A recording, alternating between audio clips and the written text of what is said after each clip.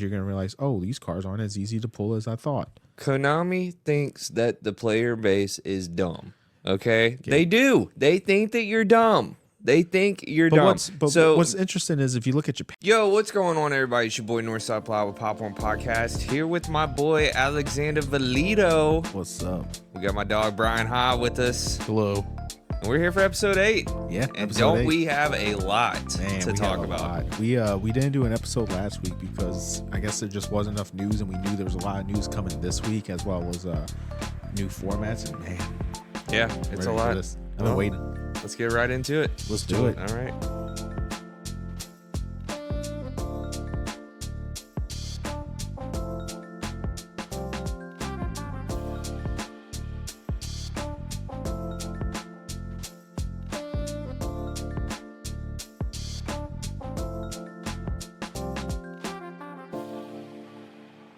All right.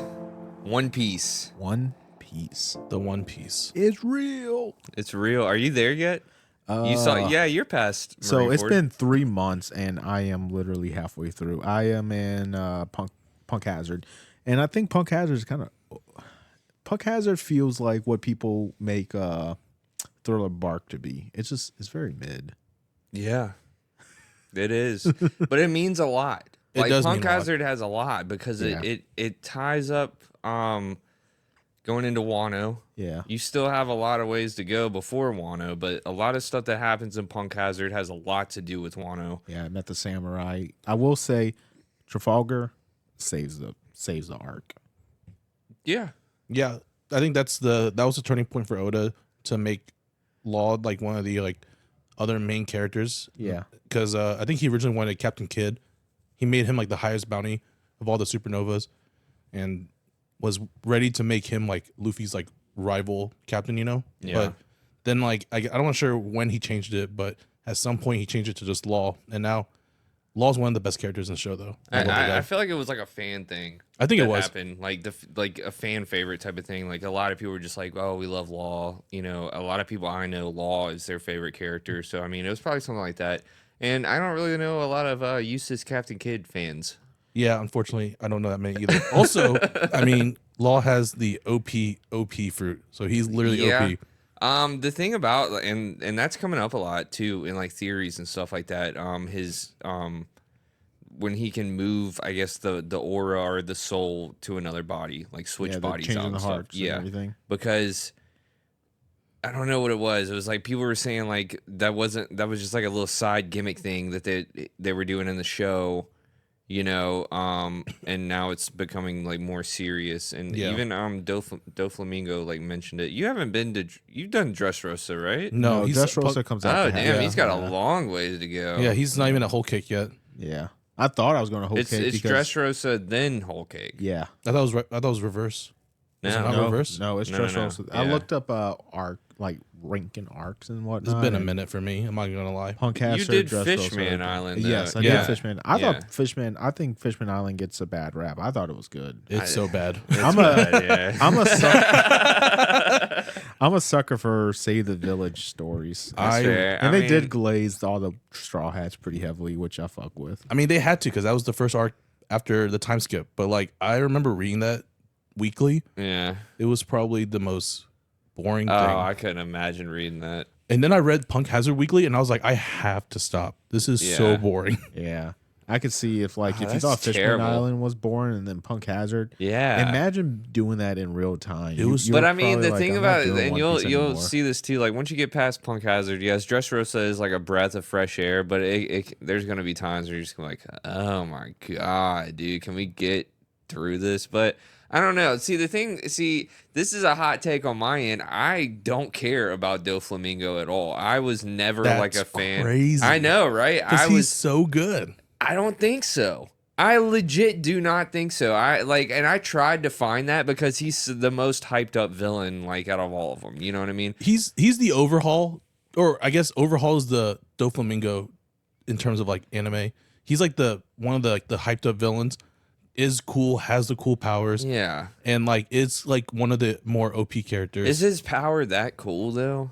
I mean, that was the thing with it too. I was like, Birdcage. Birdcage. That's Yeah, all I gotta say. Birdcage is crazy. Don't get me wrong. Like it is a crazy. And sorry, Alex, you don't know what we're talking about, but it is a crazy power and everything. But like, Doflamingo just never really sparked it for me. I guess the reason why I'm hyped about Doflamingo was because we see him walk up in Marineford doing the walk, and I was like, all right, dude. When's this guy gonna do something? And he just doesn't. He just leaves. Yeah. And I was like, okay. And I did think he was really cool, like during Marineford, and I was like, okay, this guy's gonna like live up to the hype, because like, dude, everywhere you look, like online and stuff, and if you're not a viewer of One Piece, like you've either seen like out of the Straw Hats, you've either seen like Law or Doflamingo.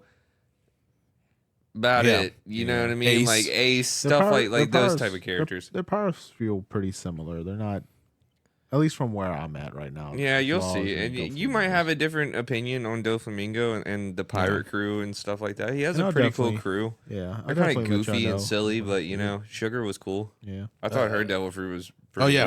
Her Devil Fruit's crazy. But my favorite Doflamingo, or Don Quixote pirate, is R.I.P.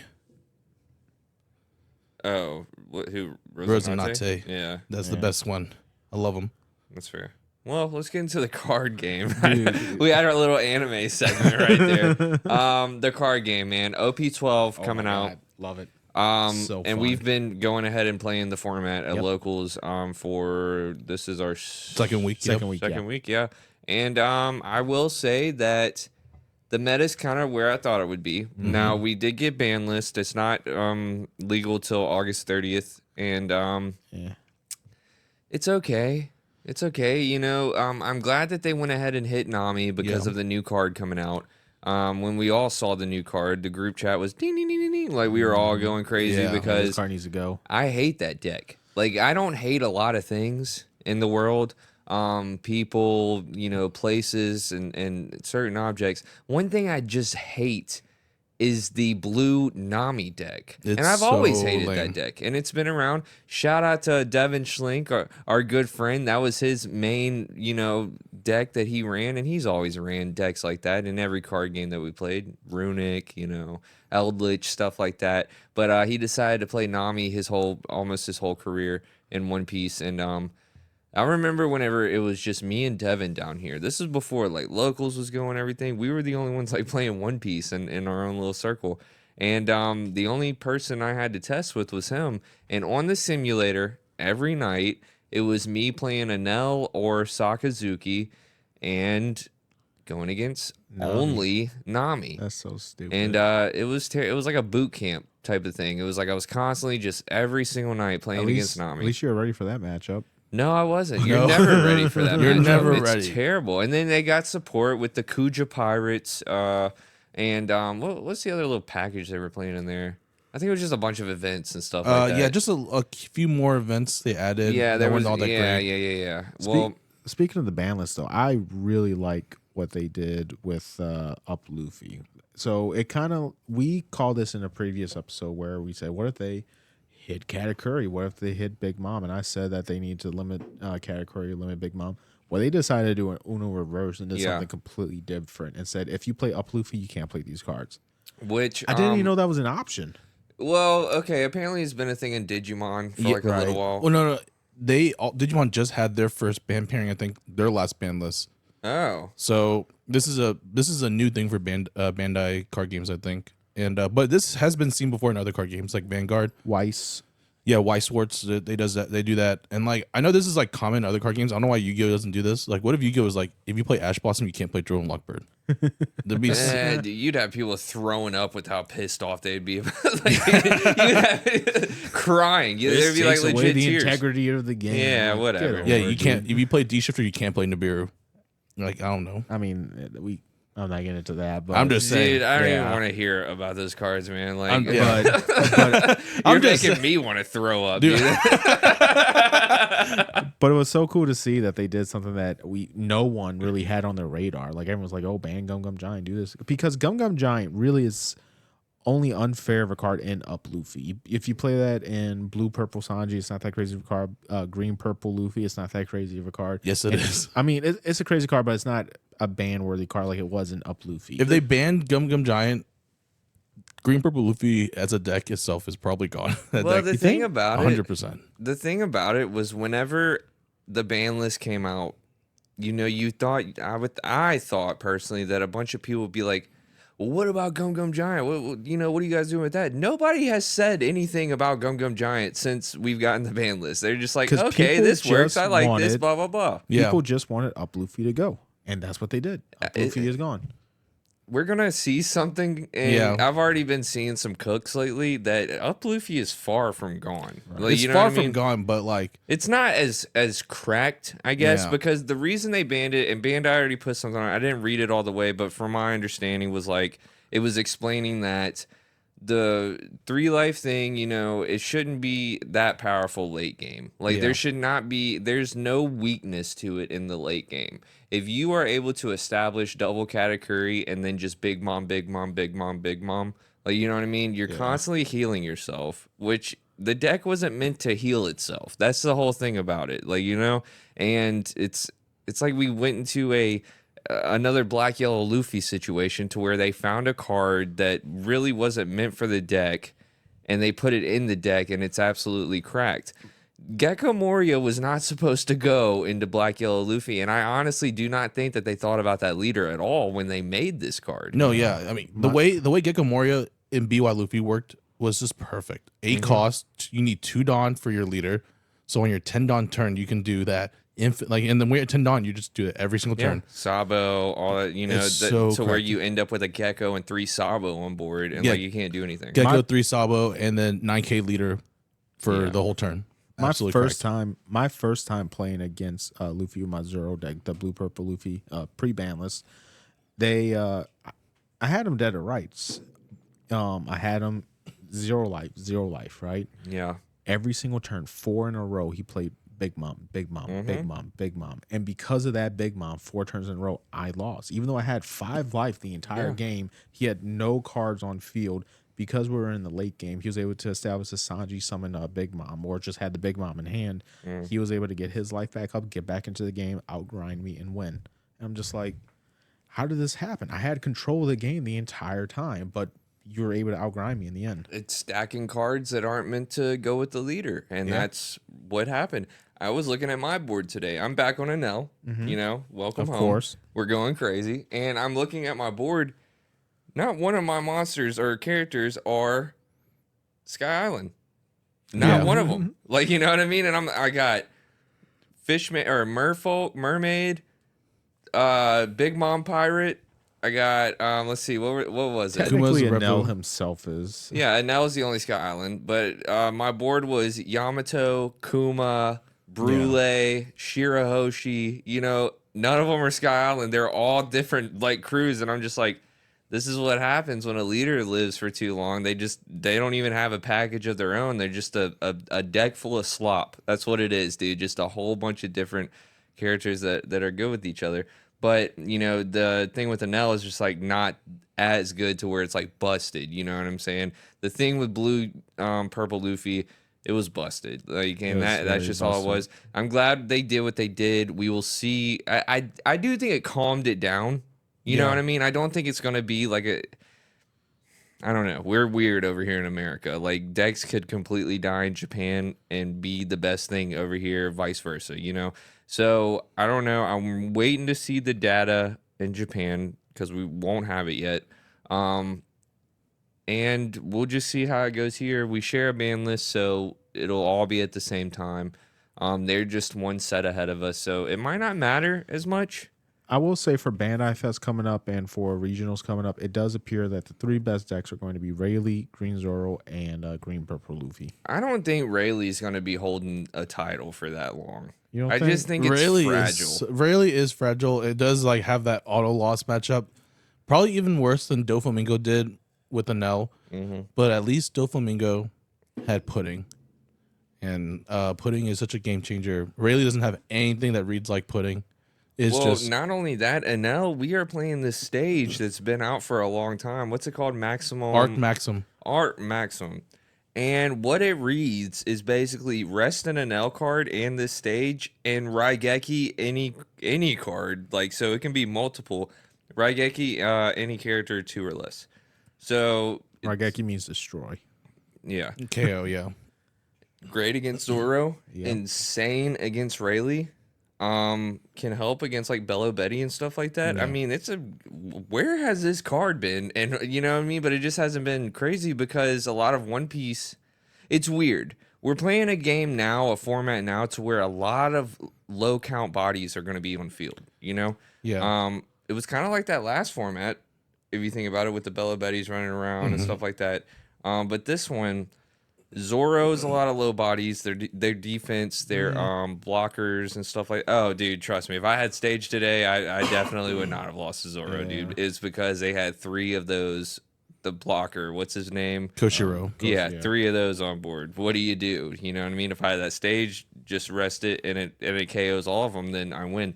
But and Rayleigh, it's cracked into Rayleigh. Yeah. You know what I mean? Like it's just really good. And if you see the stage and if you're Rayleigh and you're going against Enel and you see that stage, just scoop, man, because you're not gonna be able to get over it. That's exactly why Zoro needs to play 2-sword style. The fact that Rayleigh exists and quite frankly Zoro plays a bunch of low bodies as well, playing 2-sword style to be able to K out those guys pretty much, you know, just even out the playing field.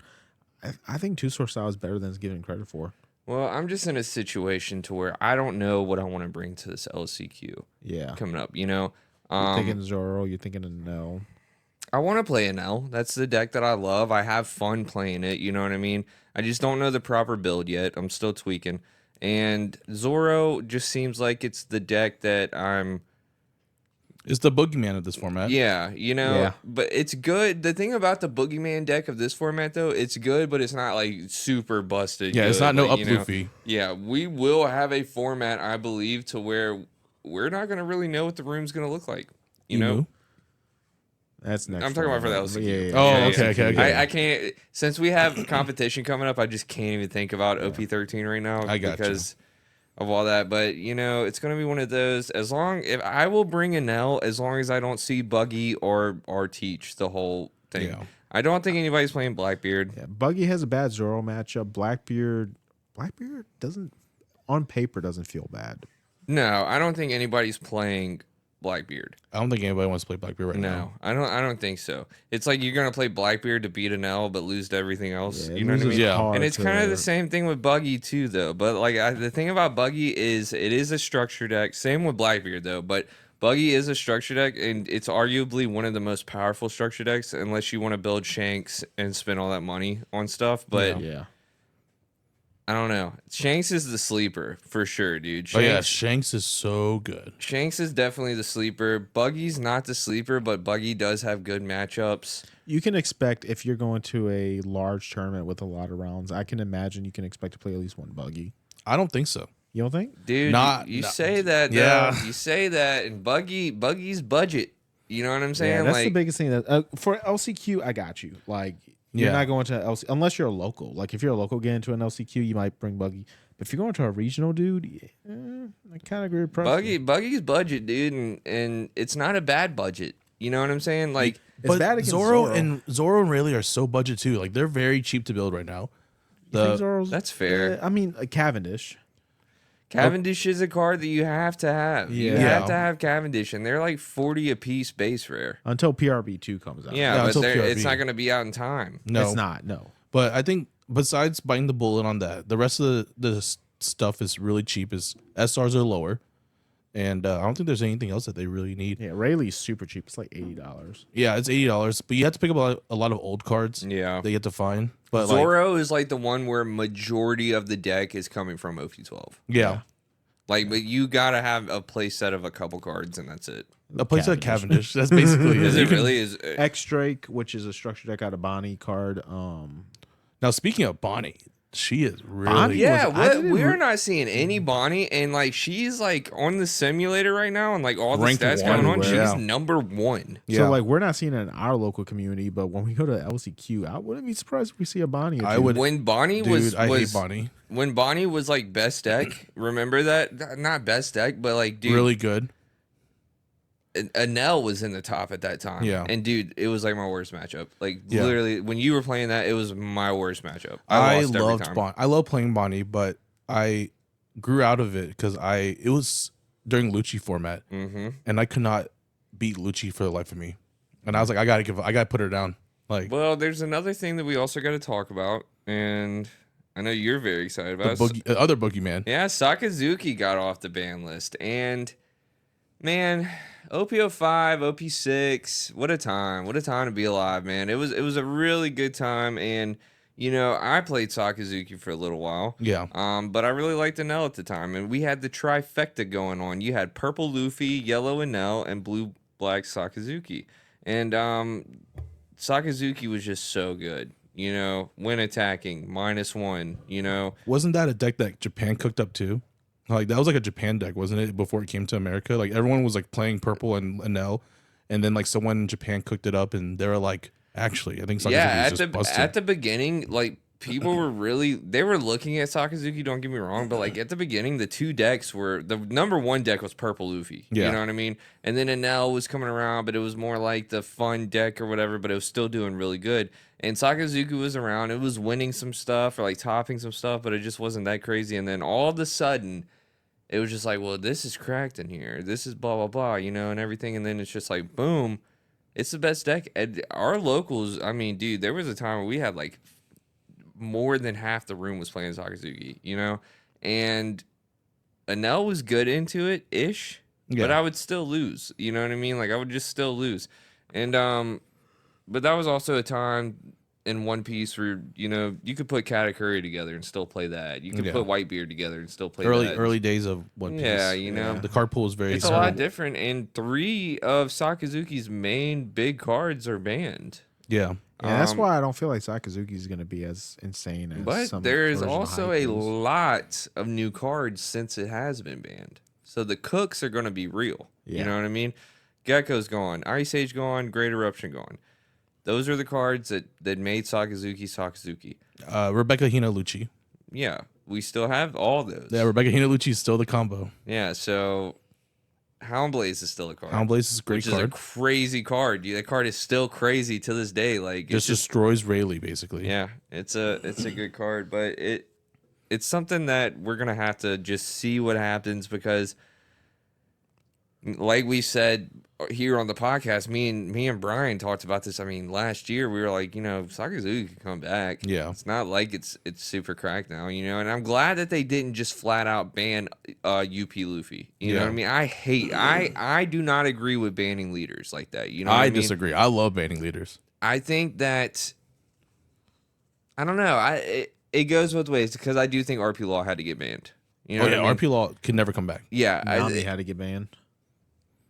You know, even though I like the ban, I don't think Nami just had to get banned. You know what I mean? I don't think they needed to make that new card. Like, you know what I mean? That card's dumb. I don't think that there's any deck that needs that card, that Otama card or whatever.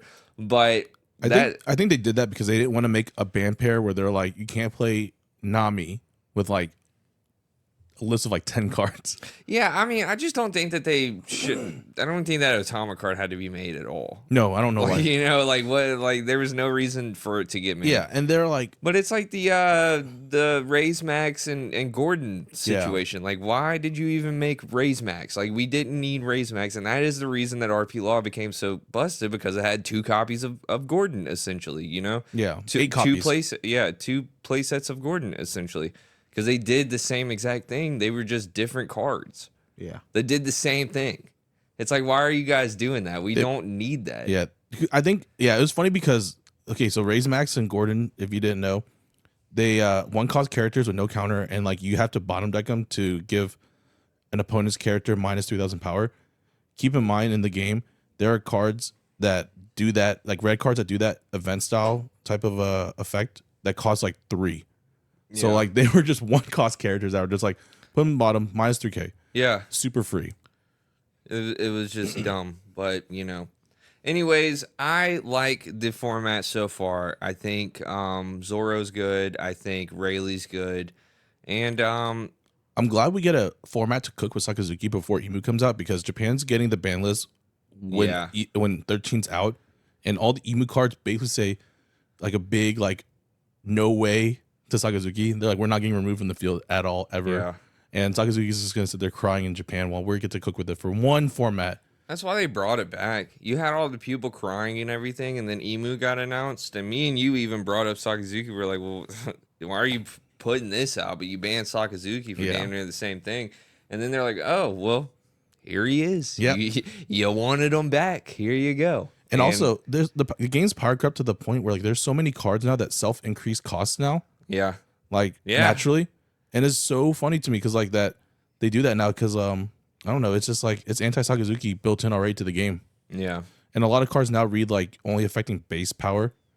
So like you can't even cook really with Sakazuki minus playing all the old cards. That's all the lists I've seen have been all the old cards. That's what I like about Tashigi. Out the new OP12 set, it says base cost. So your Sanji Puddin, I can just rest that even though you increase its cost, and I'm able to attack over with my Zoro. I'm super happy that it says base cost because that Sanji Puddin is. I hate that. It's just a simple power creep, and I don't mind it. I like the way Bandai's been doing the card design lately.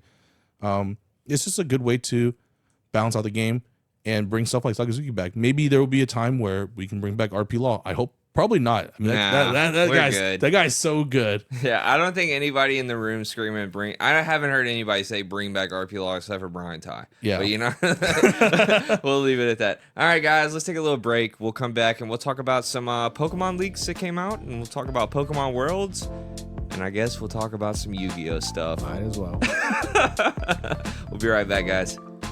Yo, what's going on, everybody? We're going to interrupt this episode and tell you about our sponsors. Yes, our sponsors over at Dueling Guard. These guys definitely have everything you need for your TCG journey. Go ahead and head on down to duelingguard.com. Check out their deck boxes, their playmats, their binders, their anime art cards. They have it all, and I swear I love this stuff. I back it all the way. I personally use binders and deck boxes from Dueling Guards for all of my TCG play. When I'm going to bigger tournaments, or even if I'm going to smaller tournaments, they have everything I need to be comfortable in my competitive scene. I love the size of their deck boxes. They fit perfectly in my book bag without any type of clutter. You know what I mean? When you have them big deck boxes and it's just so cluttery in your book bag, it makes your book bag kind of get deformed after a little while. These are great for that because they're a nice slim fit. They also have so many different sizes of deck boxes. So if you don't like the size of one of their deck boxes, I'm sure they'll have something to fit your certain criteria whenever you're going to these big events. Their playmats are super high quality. I really enjoy playing on them, and their binders are peak. They're side loading, they zip up,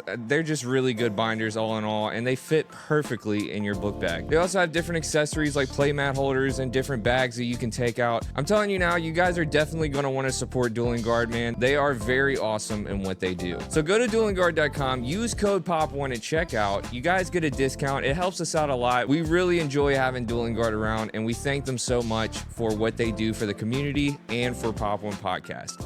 All right, let's get back to the show.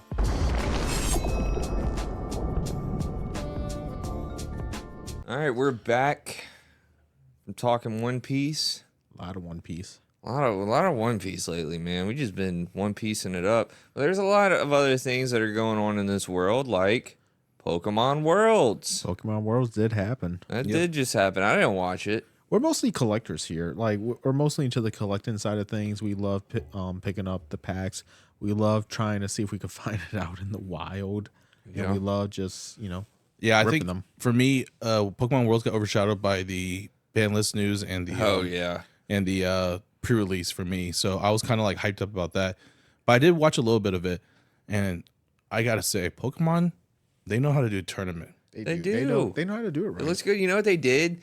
On the stage, like while you're sitting down playing the card game, when you drop the card, they actually had a projector on the floor and like showed the card that you were playing as you were battling. Kind of sounds a little familiar, doesn't it? It does. It's like the dreams that Yu-Gi-Oh had when it first came out is becoming a reality for Pokemon, but it can't become a reality. You want to know what's so disappointing? Since I was a kid, okay? The coolest part of the anime was the fact of the and they even in the anime it was holograms. Like they let you know like these are holograms at Kaiba Court, blah blah blah, and everything. And then we had Worlds. What was that, last year or like the year before last? And it was in some weird. It was like in a Japanese like office space. Yeah. It was just like little tables. And they're like, oh, we didn't get it set up in time. They were showing pictures of like the setup and everything. It's just like, we don't care what the setup looks like, guys. Like, you guys fumbled the bag. Last year, the setup was a little bit cooler. But who knew it? Who cares and who watched it? Like, you know what I mean? I was into Yu-Gi-Oh last year. Yeah, I'm sure you were. I will say this ironically. The finals for 2 years ago was phenomenal. The stage, they had like a band, like a drum line with the Japanese music and everything. It was in Japan. It was just phenomenal. Whereas last year, I felt like the finals just wasn't as hype. The Worlds I went to for Yu-Gi-Oh was in Orlando back in like I think 2016 or 2017. That was so cool. They had the Blue Eyes Ultimate Dragon or Blue Eyes White Dragon, like scale figure. It was huge. You took pictures by it. They had you can go and voice record an episode of Yu-Gi-Oh and like. You could have had a chance to be on the episode if they liked your voice well enough. Really? Did anyone get that? My friend had a second callback, and he recorded some more lines, but he didn't get it. Wow. Yeah. That's crazy. It was really cool. And then like the stages are great. Like I watched the stage, but I remember vividly, it was the most boring Worlds because it was a Blue Eyes format. So it was so boring. The thing about Yu-Gi-Oh, I think I've just completely came to the conclusion that I'm just a Yu-Gi-Oh hater now. Like I just don't. I will literally sit here and criticize everything that they do. I don't like hardly. I don't think I can ever fully be a Yu-Gi-Oh hater. Right? I am. Like the game. The game has a special place in my heart. It has a special place in my heart. I say that, and it does have a special place in my heart. It's just to me, it was the perfect game up until a certain point. Yeah, what's going on right now with the Yu-Gi-Oh is we're in Justice Hunters format, and if you ask a lot of people, this is a great format. They enjoy it. It's very skill expressive, a lot of interactions, not a whole lot of board wipes or anything like that. It's a good format according to a lot of people. The issue is the way they produce their products and the way that they make their formats. It's like nothing's changing.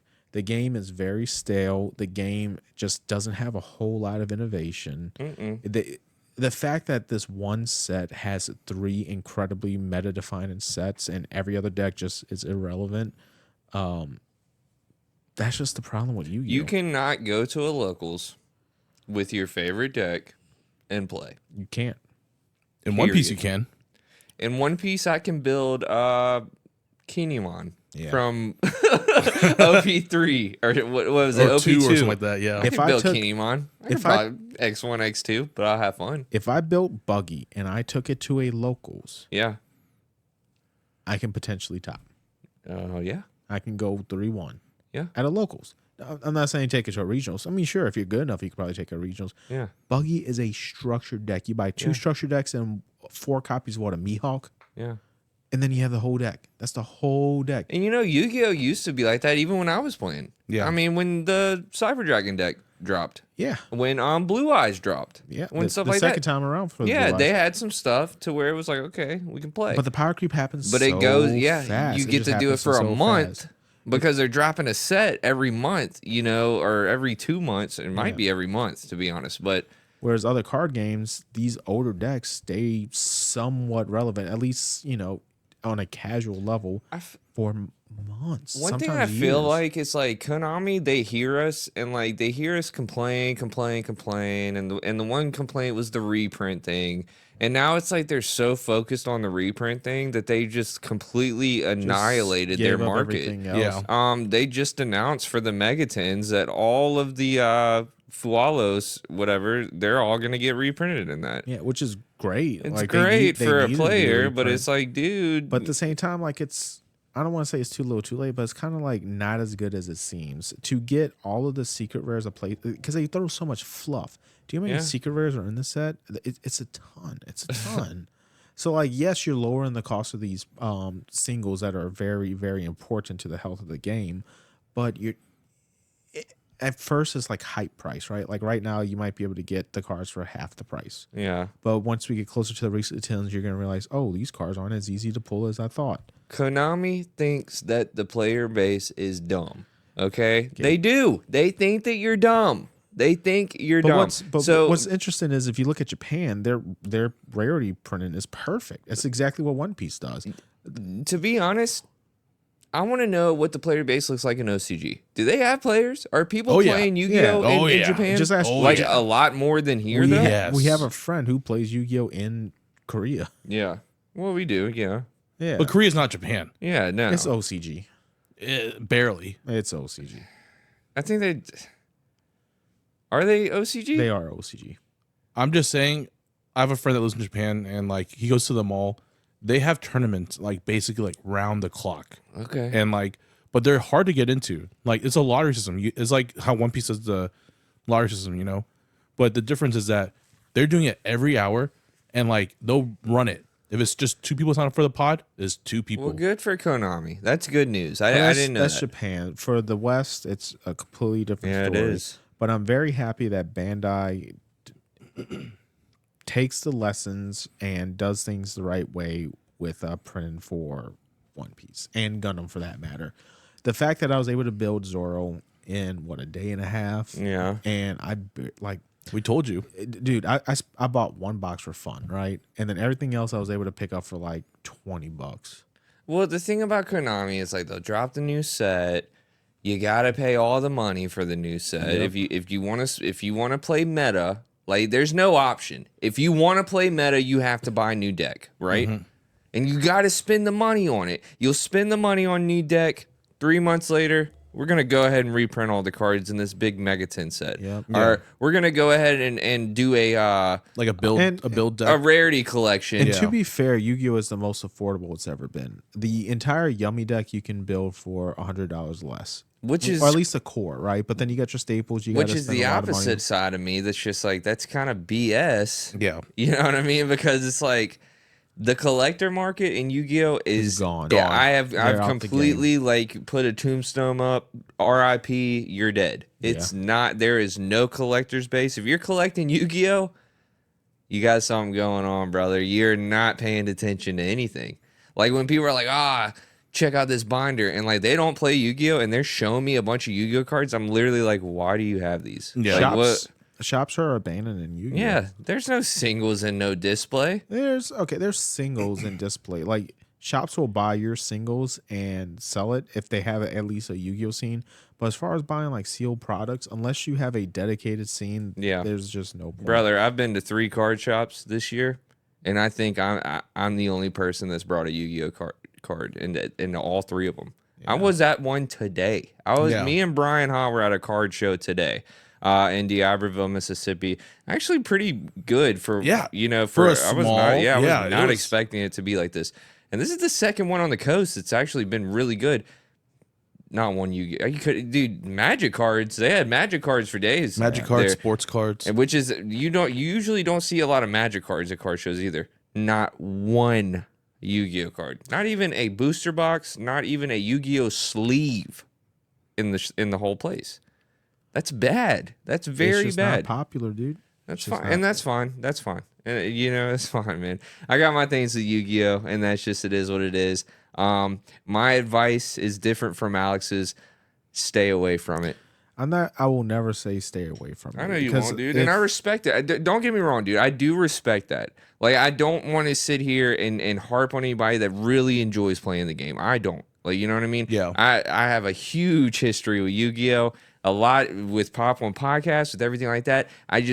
It's been so long that I've been sitting here saying, maybe Konami will change. Maybe Konami will listen to people. Maybe Konami will do this and that. They still haven't. And I don't think they ever will get to the point that we want them to be at as players. You know, it's not even as collectors, as players. Not. So, like, you look at One Piece, and it's beautiful. We have these special edition boxes. Dude, I felt so cool opening those. You have these promo cards. The illustration boxes? Boxes. Yeah, I felt so cool opening those. I bought 2 of each. That was so fun to open. You got some older packs. You got the newer packs, the most recent packs. It was great. Yeah. It was a great time. Other card games, you can do that. You look at Pokemon. They have, what are those called? The trainer boxes? ETBs. ETBs. Yeah. Like elite trainer boxes, yes. Dude, that's great product designs. Then you go look at Yu-Gi-Oh! Yeah, if you want to save some money on Megatins, you can buy just the packs, a bundle of packs with no tins. Guess what? The price is exactly what the tins were last year. Or you can pay a few dollars more for the tins and you get a special field center. Like, I do like that they dropped like the little like booster bundles, I guess you would call them, like the 6-pack deals. Oh, yeah. I wish those were around like in other sets and stuff. I remember being a kid going to Walmart and seeing the tins with the Joey on it and the Jins on the background. And I was like, wow, I want this. Or the tins with the Joey and the Black Skull Dragon. I'm like, wow, I want this. Those were cool products to open. Yeah. And I don't think people realize that is that the packaging actually matters. Well, it goes back to, you say the Joey Wheeler stuff and the Kaiba stuff. I think that them doing too much of the nostalgia stuff was actually like kind of hurt them a lot at the end of the day too. Because did they do 3 years of that Tombstone Megaton thing, which is, I mean, kind of three cool. 3 years. Oh yeah, 3 of years. like the Pharaohs thing, and like that's cool. The thing is, if you want to do that, that's fine. But my brother, like, you have to bring the anime back. Well, like bring Yugi, Joey, and crew back for a new series of the anime. What happened to stuff like Mama? Like when Magnificent Mavens came out, that was really cool. Yeah. I really enjoyed that. It was like not a waifu thing, but it kind of was. Like, you know, it's like they were kind of just showcasing, I guess, like the female characters in Yu-Gi-Oh! But also you got the Shizu stuff. You got Sky Striker reprints with alt arts. You had Sword Soul reprints and everything like that. Yeah. That was a really cool set. And you had like the Super Pharaoh Secret. It was also rares. the beginning of the end, though. That set specifically. That was when. Well, they got rid of the gold. No. I'm talking about that was the beginning of like the. How did I say it? The end of what made Yu-Gi-Oh! Great, in my opinion, because that's when the Shizu cards came out, like you said, and that was tier Shizu. Yep. And it was just nonstop. That was a great year, dude. That was just so. You had Power of the Elements. You had Magnificent Mavens. You had the Kashtira card. Well, like Kashtira was kind of like the dead. Yeah, but I'm talking about like purchasing power, right? Like that was probably the end of purchasing power. Yeah, Photon Hypernova was probably like the last set that was just like so good. But then they make stupid decisions, like they got rid of the special editions. I remember buying special, like you go to Walmart, you see special editions, a bundle of 3 packs with a promo card. People like that. What do you mean by special editions? So the special editions in Yu-Gi-Oh! Were whatever the core set was, it would be 3 packs and a promo card. You had a chance to pull up 1 or 2 promo cards, and it was I want to say $10 for those boxes. It's literally just a double pack for 1 piece. It's literally a double pack for 1 piece. I guess they didn't have those in my time. Yeah, they did. They were really popular back in my day. I loved them too, and they were such a good product. And like I remember back when I was playing, when they first started doing it, it was only like every other set got a special edition. So like I remember there was one set, was it Star Strike Blast, never got a reprint, and people like started hoarding that set because they never got a reprint. So like I forgot there was a Skullmeister was in that set. That card like shot to the moon for a bit for a secret rare first set, because like you can only get it first set, you couldn't get it unlimited because they never made a special edition for it. It was really funny. Me coming back to Yu-Gi-Oh! The set that was out when I first started coming back was Legendary Duelist, like the one with Merrick, where you could get the Ghost Rare, Winged Dragon of Ra, and stuff like that. And so from there all the way to, when did I stop? I don't even know. Maybe like right after Vanquish Souls came out. Like because that was the last Nats we went to. Yeah, so probably around that era, and it was just like since then, like Vanquish Souls was cool. You played Vanquish Souls, like, and actually I think it's relevant now. It's the best deck right now. It was just crazy. But after that, it just seemed like it just continuously just. But the thing, terrible. That's the other thing. That's kind of 0 out of 100, dude. That's just bad. That's what I like about One Piece, is that you're able to keep your favorite leaders kind of relevant for so long because they keep printing support for these specific leaders. Well, it's a color-based thing. It's a color and a tag. Yeah, so imagine if in Yu-Gi-Oh! They did that, right? They printed more support more often. Instead, they just keep printing new archetypes. That's what they're doing. They're printing new archetypes. And don't be wrong, One Piece does print new leaders, but at the end of the day, they still have very similar leaders. I mean, similar color cards that are relevant to those new leaders that come out versus just completely having to play a new deck. Yeah. So, I have a playset of Bond Clay, right? It's a purple card. I know I get to keep that card for if I ever want to play a purple leader in the future. I am 9 times out of 10 gonna play Bond. And I feel like they kind of structured it like that. Not to, don't get me wrong, Bandai has experience in card games. Like, you know what I mean? I'm sure the first card game wasn't the best, you know. Oh, Dragon Ball. Yeah, okay. But you know, they have it set up correctly to where it's like, yes, you can get a play set of this. Don't sell them, don't throw them away, don't get rid of them, because you know, 4 to 5 sets down the road, you could need these, you know? And that's why, you know, with this game, with Yu-Gi-Oh, you don't really hold a staple binder. You might have one, but like at the end of the day, go ahead and get rid of these cards while they're up, because you know you're going to be able to get them for 50 cents, you know, in a couple months. Yeah, that is such a bad feeling, because I know like I have a bunch of cards I'm going to sell that I'm not playing anymore, that I'm not going to play anytime in the future with One Piece, and I'm going to make a pretty penny at Bandai Fest. If I go to Yu-Gi-Oh, if I sell some cards that I know I'm not going to be playing anytime soon, but because there's a chance to get a reprint, or we know the reprint is coming, they're just worthless. Yep. Yeah. Is Konami just the toxic X that we're like, we can change them, and then they just never get changed? We tried, dude. I tried, man. You know how many people like, and it's so weird being on the other side, because I've had people say, dude, what are you doing? Why are you still playing this? Why are you dedicating your whole life to this game? I mean, dude, we dedicated the whole brand to this game. And we got it, dude, we had a good run. We had some really good things going on with Yu-Gi-Oh!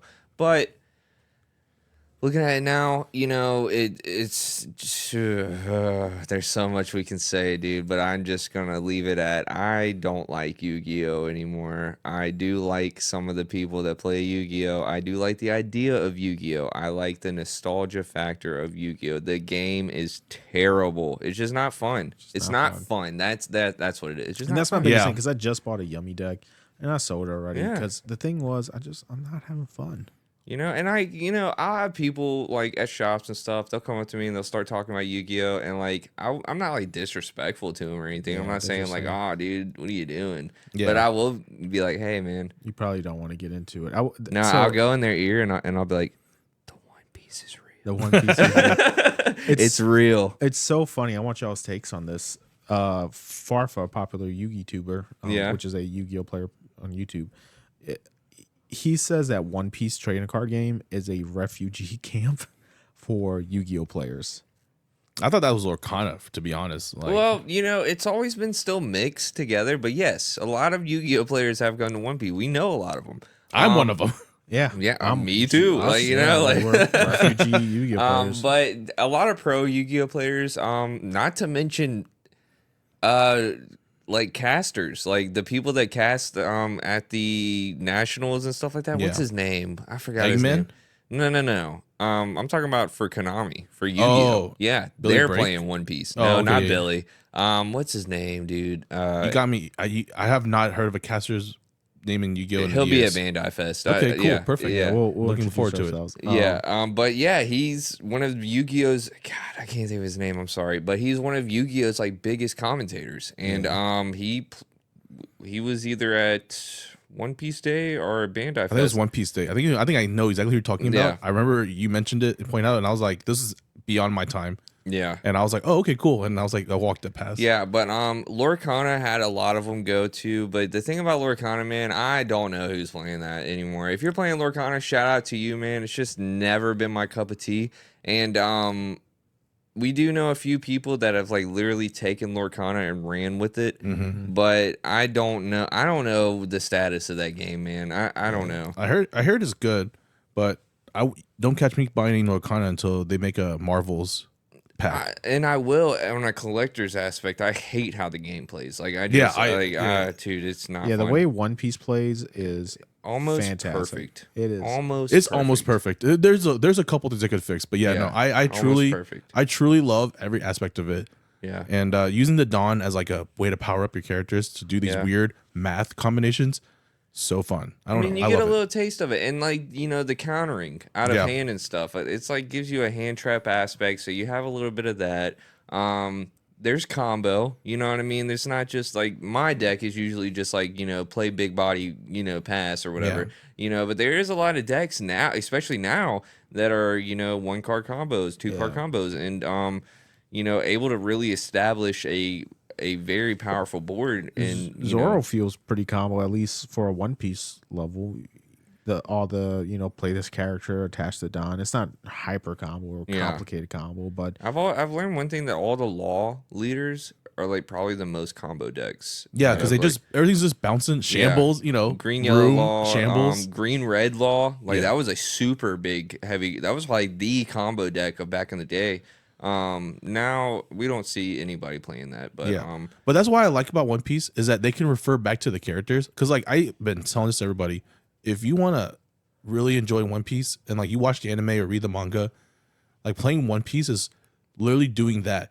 Because all the law cards are like using shambles. They're like replacing themselves, moving themselves around the room. All the Luffy cards are like powering themselves up or powering up their crew. Yeah.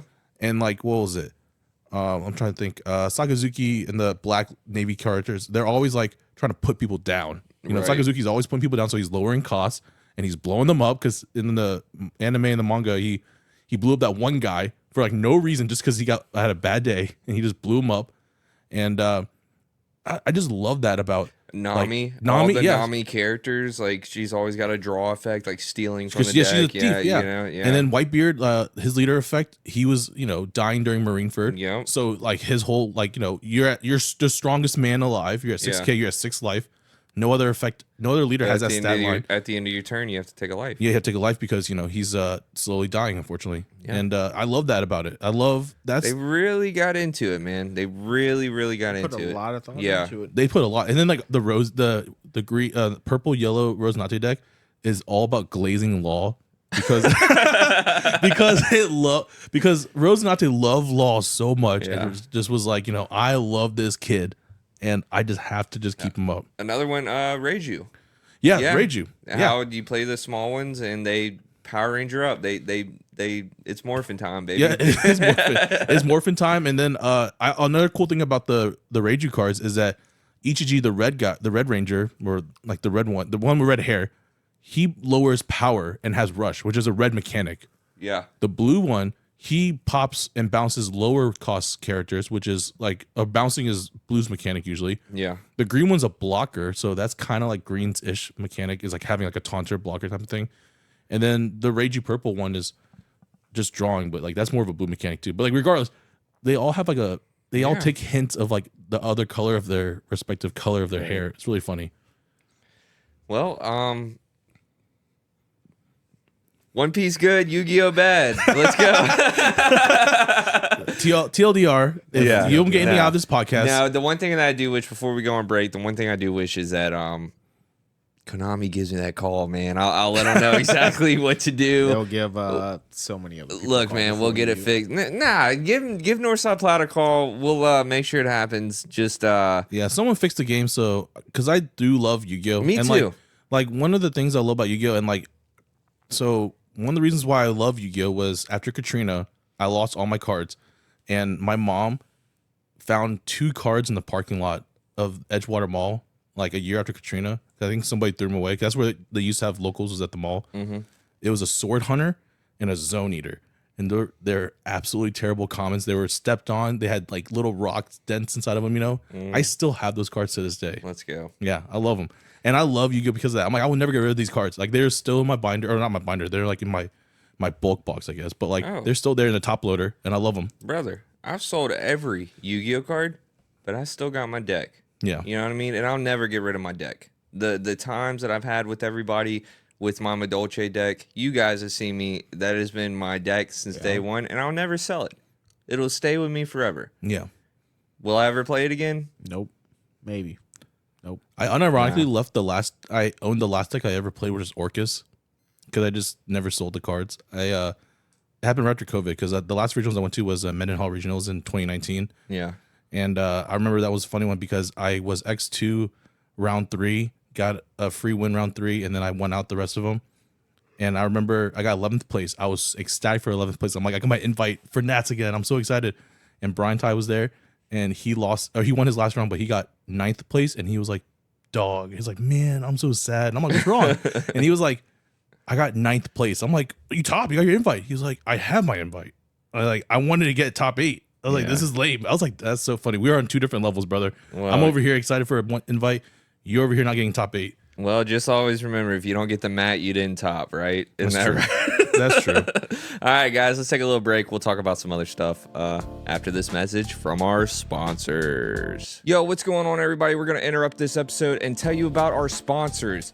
Yes, our sponsors over at Dueling Guard. These guys definitely have everything you need for your TCG journey. Go ahead and head on down to duelingguard.com. Check out their deck boxes, their playmats, their binders, their anime art cards. They have it all, and I swear I love this stuff. I back it all the way. I personally use binders and deck boxes from Dueling Guards for all of my TCG play. When I'm going to bigger tournaments, or even if I'm going to smaller tournaments, they have everything I need to be comfortable in my competitive scene. I love the size of their deck boxes. They fit perfectly in my book bag without any type of clutter. You know what I mean? When you have them big deck boxes and it's just so cluttery in your book bag, it makes your book bag kind of get deformed after a little while.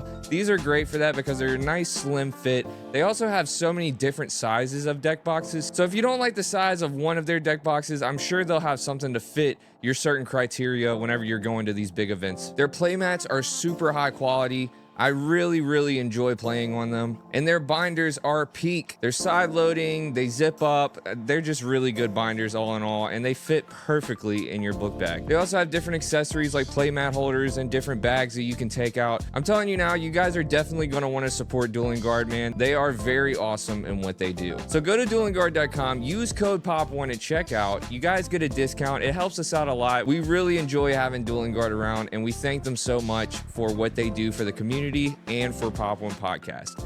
All right, let's get back to the show.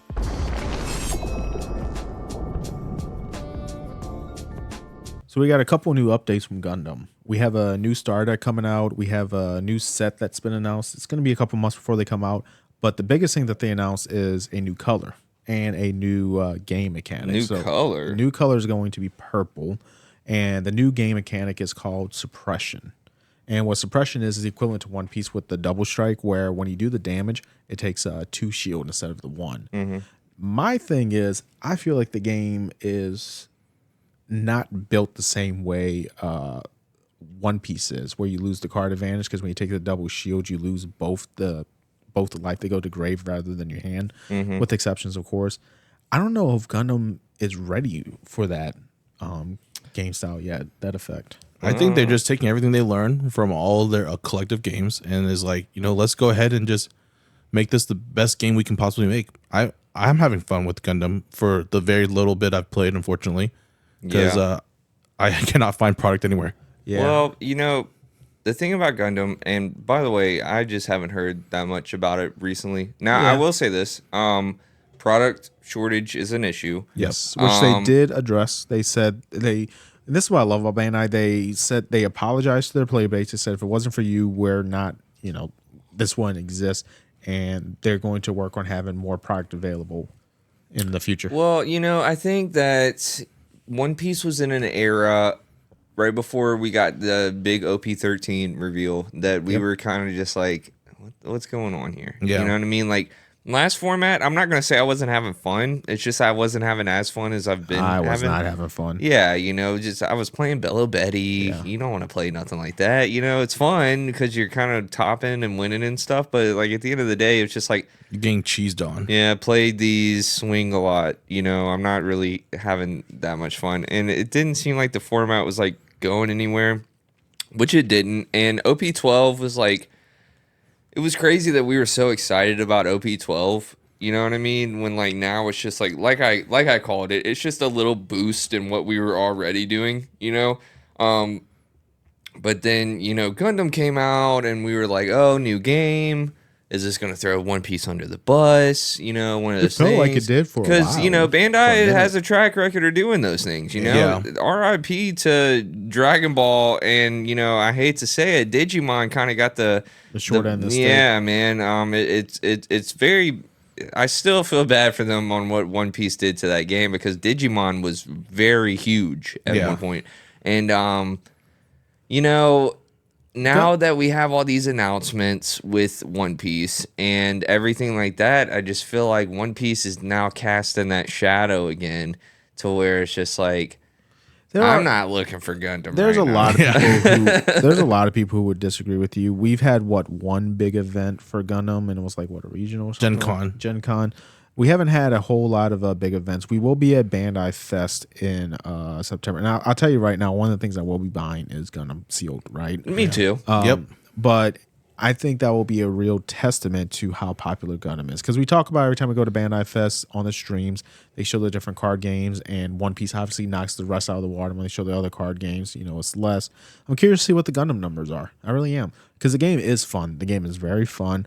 On the different Facebook groups I see, like, because you have a lot of people who are new to trading card games that are playing Gundam specifically. There's still a lot of excitement about it. There just hasn't been a whole lot done yet as far as playing the game. It's new. Yeah, it's new. It's new. Imagine if we were in OP12 and One Piece right now. It's new. Yeah, it's new. It's hard to get product. They just came out with blisters.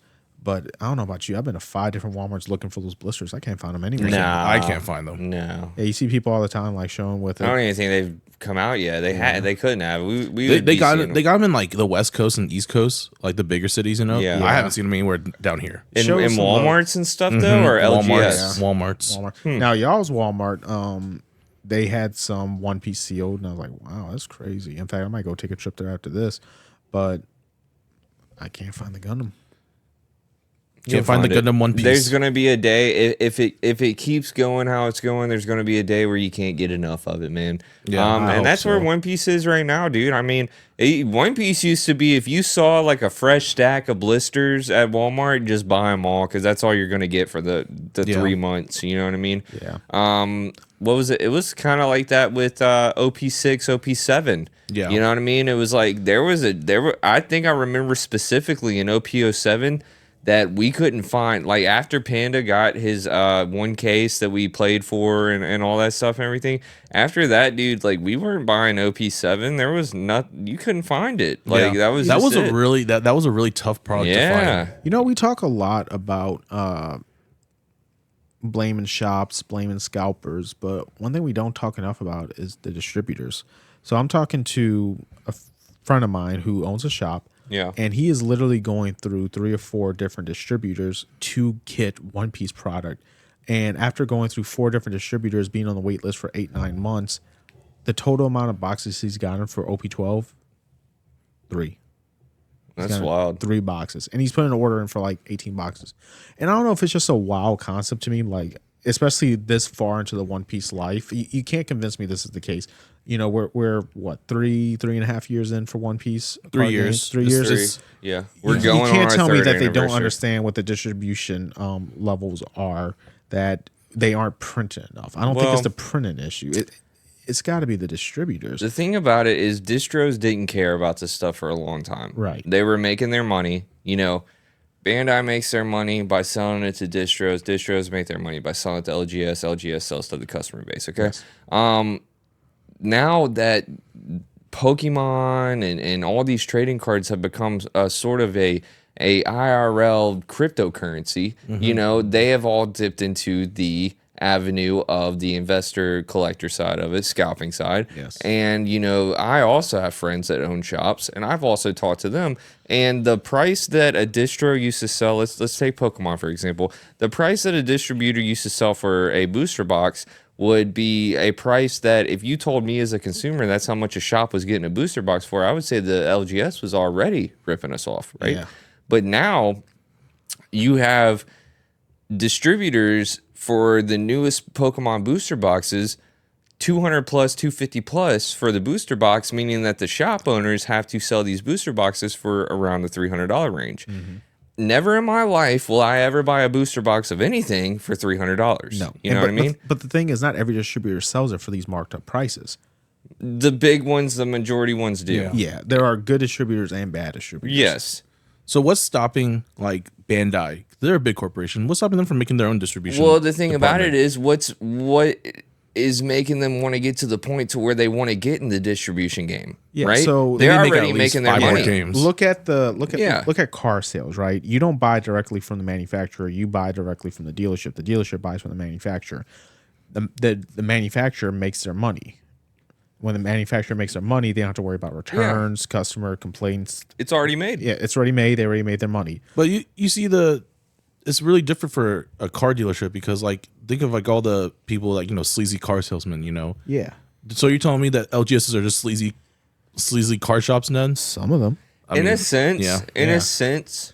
Go to a card show. You went The to thing one about today. card shops is the world will still turn without card shops existing. Cards will still get in. If we didn't have a card shop and we really liked cards, we'll still be able to get them. Yeah. Like, you know what I mean? I know when we're always live on TikTok, people are always like, "How are you guys getting product? How are you guys doing this? I can't get anything." Blah blah blah. Well, you know, you have the internet, buddy. Like, you know what I mean? You just gotta kind of figure it out.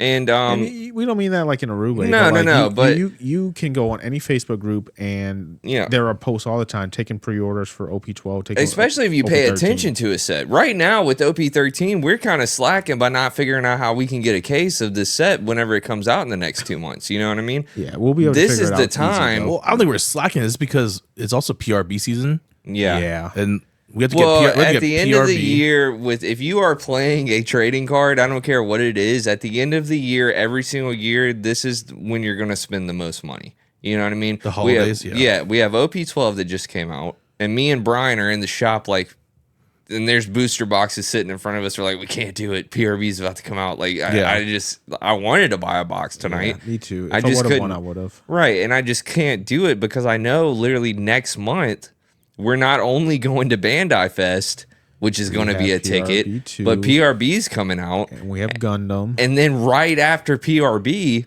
OP13's coming out. Yep. And we haven't even seen holiday boxes, anything like that. Like, dude, there's a lot that's going on. Crazy. The wheels are turning for One Piece. For any do you card remember when OP9 came out? Yes. And we had a huge gap. To OP11. Yeah. I'm wanting to say it was probably the longest gap we had with anything. Do you think it's going to be like that after OP13? Yeah, I think we are, because I think after OP13, we are moving on to the global release for One Piece. And that's in like February. Yeah, so like...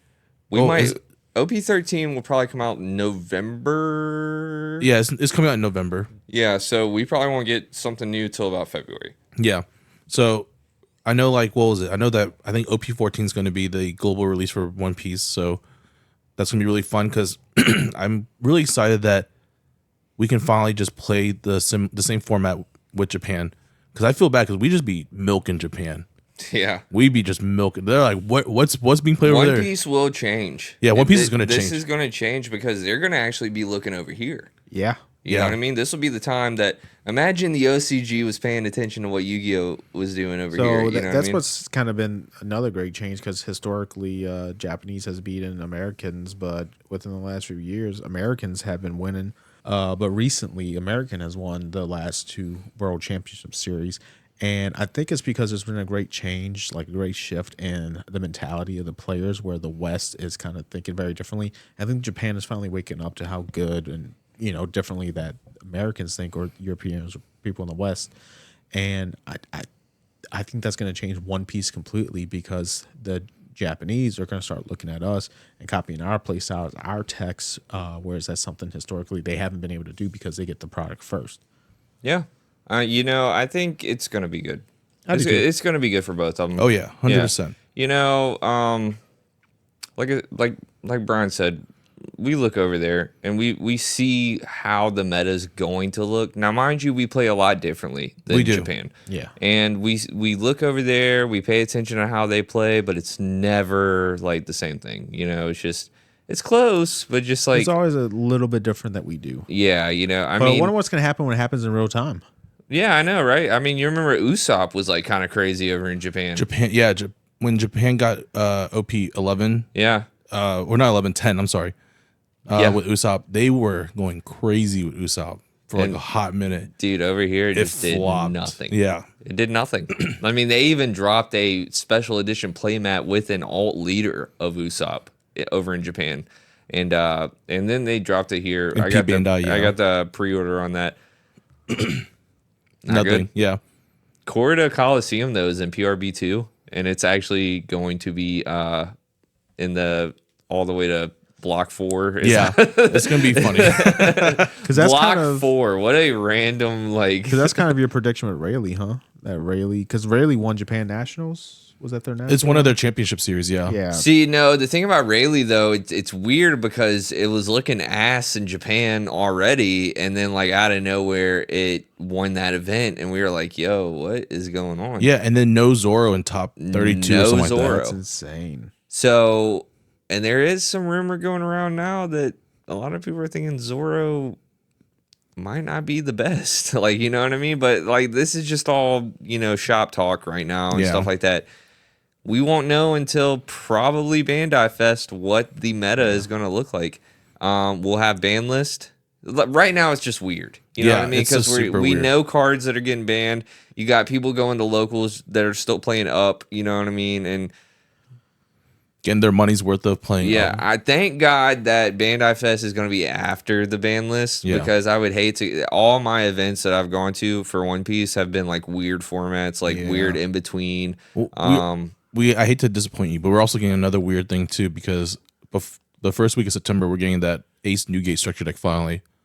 They skipped us, remember? Yes. And is that gonna be relevant? Yeah. It didn't do anything in Japan, but only because Up was dominating it. It just washed it. And so there might be some cooks here. You know, we have a ban list. Well, it is a weird thing. You're right, because we are going after ban lists. We're not gonna really know anything going on. We'll have 1 week. 2 weeks of stuff. Testing, yeah. And one store championship before. Yep. Oh yeah, we do have that. We'll be at a store championship the weekend before Bandai Fest. Okay, mine's after. Yeah, mine's the week after. You'll be in Baton Rouge the weekend after. The Saturday after. Yeah. Yep. There's a lot going on. I hope they start making store championship for Gundam though. Yeah. They probably will. If it gets big enough. This is Bandai's like formula. No, the thing about the reason that there are store championships, store treasure cups, store regionals and stuff like that is because, like, you know, whenever a regional comes up, we all have to like kind of be in a group chat and like try to get in. If not, you're on wait lists and stuff. It was so hard to get into regionals.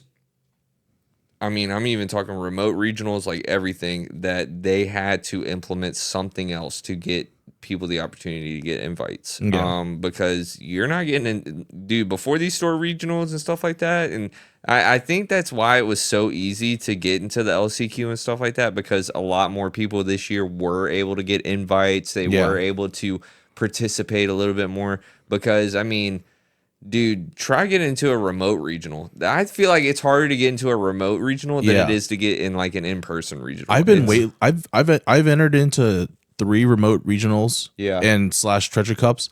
And I've been waitlisted for all 3 of them, and I've been taken off the waitlist, not because I'm gonna finally play, but because they're like, it's still full. Yeah. And I have not played in one. Me and you played in one. Yeah, we did play in one. And that was probably like, I don't know. That was fun. I had a fun time. We did it here in the studio. We set it up here. I set up a whole PC for Brian to come play here, and me and him just hung out. Like, you came here like 9 in the morning, dude. Josh was supposed to come but he just didn't want to bring his computer and stuff. And but yeah, me and Brian just hung out here all day and played in a regional in the studio. Did y'all do good? I was doing decent, bro. I was doing really good, and then it's always like my last 3 games that just knocked me out the tournament. I was like what, X1 going into you were like round X1 7. You were X1 for a while. Okay, so I was doing hot, then I got like one bad beat, and it made me mad. And then there was one game. Oh, this was a mirror match, and I beat him, and I was like, yes, this is so easy. What were you playing? Dofi. Yeah. And but the thing was, I forgot to document the win, and when at the time, if both players don't document, it's a game loss, and I didn't realize that. I thought maybe he might have done it. I disconnect. I was like, as soon as I won, I'm like, all right, disconnect, blah blah blah. You know, take a break, take a breather. I just totally blanked on reporting on the app, and I got a double game loss. You remember my opponent that like didn't know how to set his webcam up, and like I could see his hand. He had the weirdest angle. He had his like camera behind his shoulder. Yeah, that's safe. And I was like, hey man, I can see your hand, and he was like, yeah, I know. Okay. And I was just like, okay. It was so funny. It was so funny. Before every card, I was like looking at his hand. I was like, I think he tried to shift it, but then like he couldn't get his hand in. I remember I was like, Brian, come look at this. he couldn't get his hand. He couldn't get his angle correct. And like if he was off camera, then it would have been very sus that he's just cheating. Not to mention I was streaming on Twitch the whole time, and like the chat was like, "Yo, what is going on?" Is that still allowed? Technically, no. No, it is allowed. You just have to. You're supposed to turn your chat off. You know what I mean? But didn't like Cross AI got in trouble for that? I don't care. That's true. He deleted his YouTube. I forgot. Yeah, I don't care about it. Like, if Bandai wants to tell me something, they can tell me something. That's but, true. At the end of the day, I mean, they did have it to like at the beginning of like all this One Piece stuff, you were able to like go to regionals and stuff like that and actually put a chess camera on and like record. Like, you could stream your whole regional on Twitch if you wanted to, but then they stopped all that because But Could you imagine if we could do that? Because like we do that for our locals. Imagine if we could do that for a regional. Oh yeah, it would be nice. It would be really nice. It'd be a fun. I will say they're just a lot more lean. Like you haven't been to a One Piece event, and you've been to tons of Yu-Gi-Oh events. Be ready for that breath of fresh air, dude. Like the real breath. Like right now, you're getting like this feels good. But when you go to a Bandai event, because like you feel like you're like running from the police the whole time at a Konami event, like you know what I mean? Like you just like get one wrong thing, you're banned for 3 years. Like, you know what I mean? It's just like at One Piece, like you can't even have like an anime girl on your playmat for Yu-Gi-Oh. You know what I mean? At One Piece, is the Lord, dude. You about to see some stuff, man. And it's just like usually it's in character sometimes. Bro, I remember like round 7. Me and Bryan Ha went to Mesquite, Texas for our first regional. I was gonna actually go by myself. Me and Lucy were actually gonna go. I got us a hotel room where something came up to where she couldn't come, and Bryan was like, "I'll go," and he was like, "Damn, you were gonna go out here by yourself and do that?" I was like, "Yeah." And he was like, "Well, I'm glad I came." Dude, my round 7 opponent sat in front of me, bro. And when I tell you the most lewd playmat and sleeves that I've ever seen, I haven't even seen this type of stuff at locals. And I was just like, do I call the judge? Like, you know what I mean? What is this? Now, mind you, this is my first One Piece event that I went to. And coming from a bunch of Yu-Gi-Oh events and everything like that, it just was abnormal to me. It was something brand new, and I liked it. I liked it a lot. And weird thing to say. I'm not gonna lie. I'm not gonna lie. I have one like lewd-ish playmat, and like it's just just showing her butt kinda, and like I don't know. I don't really care for all that lewd stuff. I like that Konami had that rule. I know like you were saying that like it's like the police watching over you, whatever. But Konami is this facade that children can see it. Like, brother, children ain't here. You got a couple of kids, and those kids probably curse worse than most of the adults. But I think it's because Konami is catering Yu-Gi-Oh. Like the anime now, isn't it like a very like childish kind of like the Konami, Rush Duel? There isn't. It's like very kiddie, So they want to like if a kid watched Rush Duel on TV and then was like, I want to play this, and they go to a Yu-Gi-Oh YCS or something like that, and they see these grown men just playing with these weird mats. They're gonna be like, "What the heck's going on?" Yeah, I've seen like play mats where it's like a ramen bowl and like it's like a chick like bathing in like the ramen. Yeah, like naked. That's a little weird. Toes out. Don't get. All right. Why did you bring that? Hey, up? we need to bring Tyler in here, dude. That can't. Okay, that part can't be. You gotta edit out the top. We're editing out the toes. Oh my lord. Hey, unhinged. Hey, dude, men of culture. You know what I'm talking about. This is all right. This is some B-roll. This is some B-roll. It's going in. No, it's not. No, it's not. Anyways. All right, dude. But yeah, you see some lewd stuff at these other games, and it's just more lax, man. I'm excited to see. I'm excited for my first big event. I hope to do like a tournament report or something. Be like, man, I saw this, and this. Well, it's gonna be crazy too because like we're going to basically Nats. So we're going to Nats basically, and there's going to be other card games and stuff. It's gonna be huge. And then like when me, Preston, and Brian and Josh went to One Piece Day, that was also crazy because we had a grand total of 6 flights. Saturday had 3 flights. Sunday had 3 flights. And they're all at capacity at 500 players apiece. So there's, what was it, 3 times 6, 3,000 players there. It was a wild ride.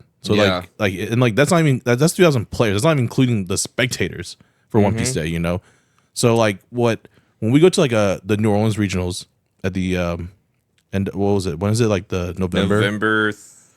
Something. I think it's the end of November. Yeah, like right before Thanksgiving, something like that. Like that's gonna be your first taste of like a real One Piece regionals, and you're gonna be kind of like I'm not gonna say disappointed because like the Shreveport regionals was kind of big. I liked it. I actually prefer regionals over these Bandai Fest and like these One Piece days. Like One Piece Day was mid. I'm not even gonna lie to you, dude. It was the venue was terrible. If you are not a player and you're going to these things, just don't go. I mean, I hate to be like that, but like literally just don't go because there's not a lot for you. You're just gonna be waiting in lines to be disappointed and get on Twitter and just complain about it. That's all you're gonna do.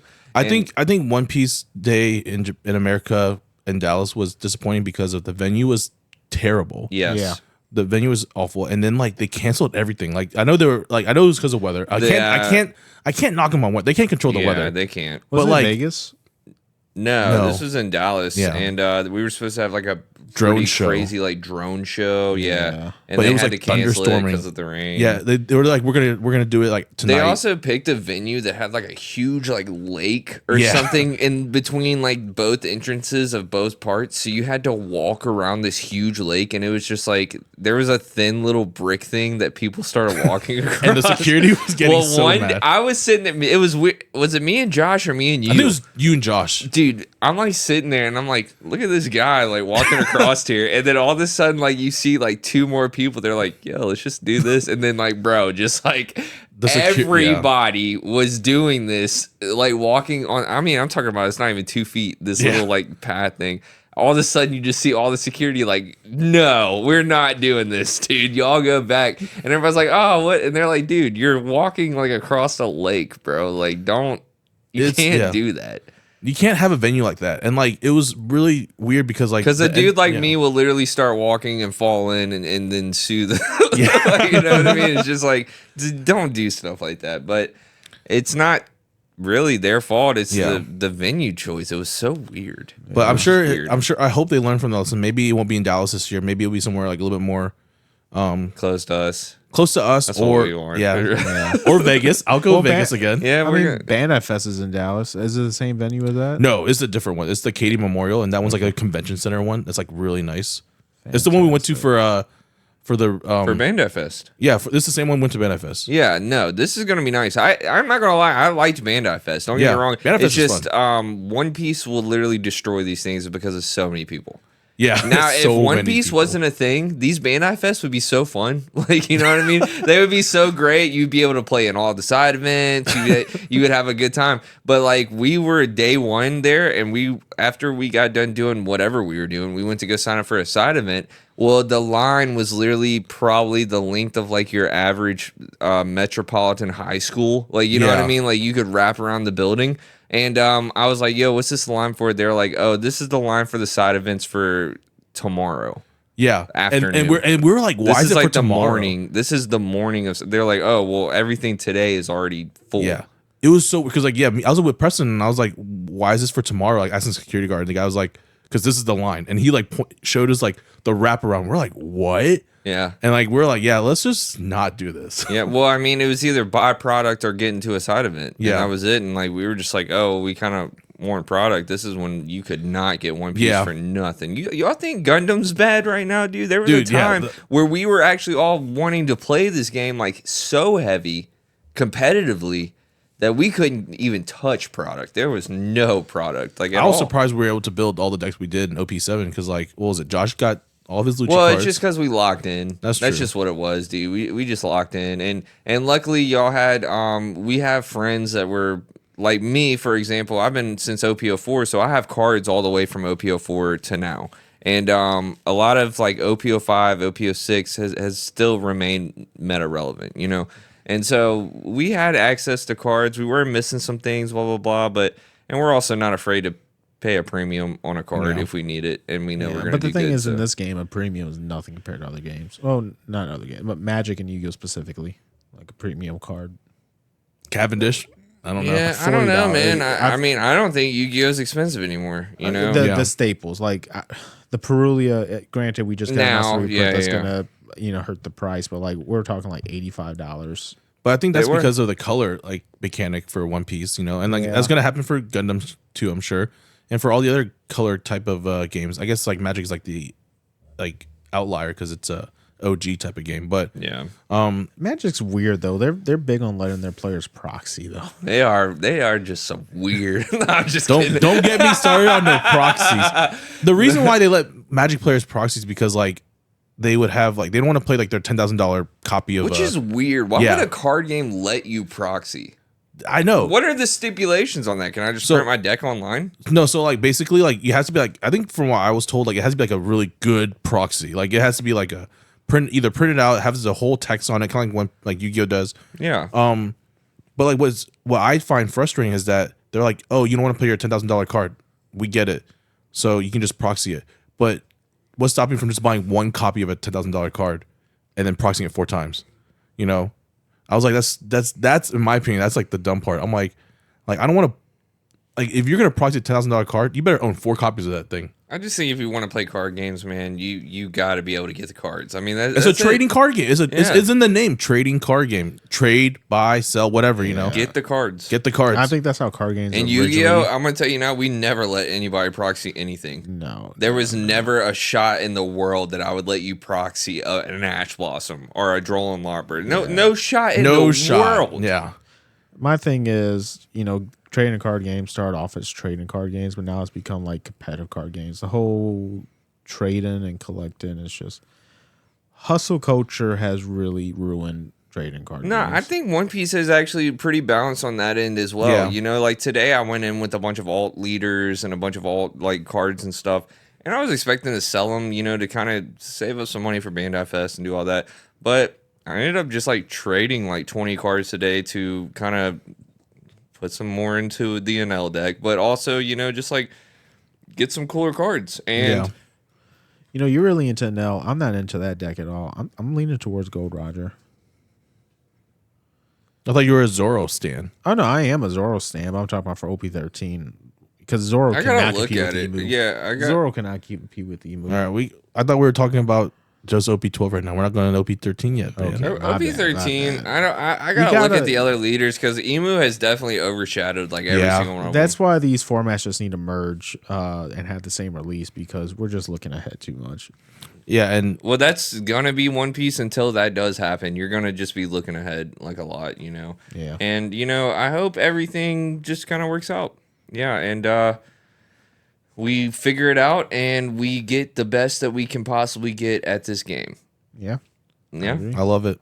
Well, guys, I think that's going to do it for this episode. I think this was a really good episode, too. I had fun. Yeah, good. Well, if you guys are new here, make sure you like, comment, and subscribe. It helps us out a lot. Be sure to go to our description and check out our new affiliation link with Dueling Guard. Yep. Not only do we not have codes anymore, but we don't have that pesky 5% off, man. Who wanted 5% off? We're now 15% off on duelingguard.com. You can go down to the description.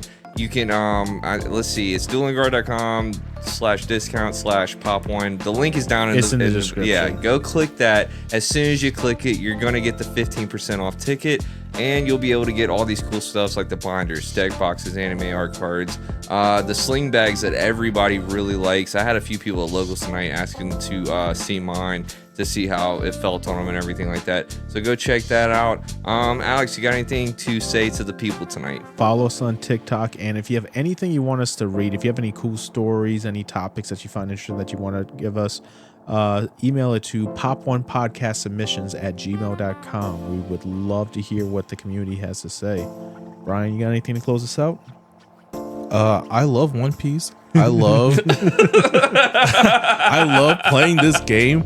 And I wish YuGiOh was just as fun as this because I would play YuGiOh too, but they're not. Remember, folks, the One Piece is real. It's coming. And also, 2K on TikTok, dude. We got 2K on TikTok. I don't know why we didn't talk about that the whole podcast. There's a lot of news. Yeah, Alex doesn't care. I'm super hyped Get about it. Get us to 1K on YouTube. Yeah. Oh, yeah. If you please subscribe. Please, God, please. All right. See you guys next time. Peace.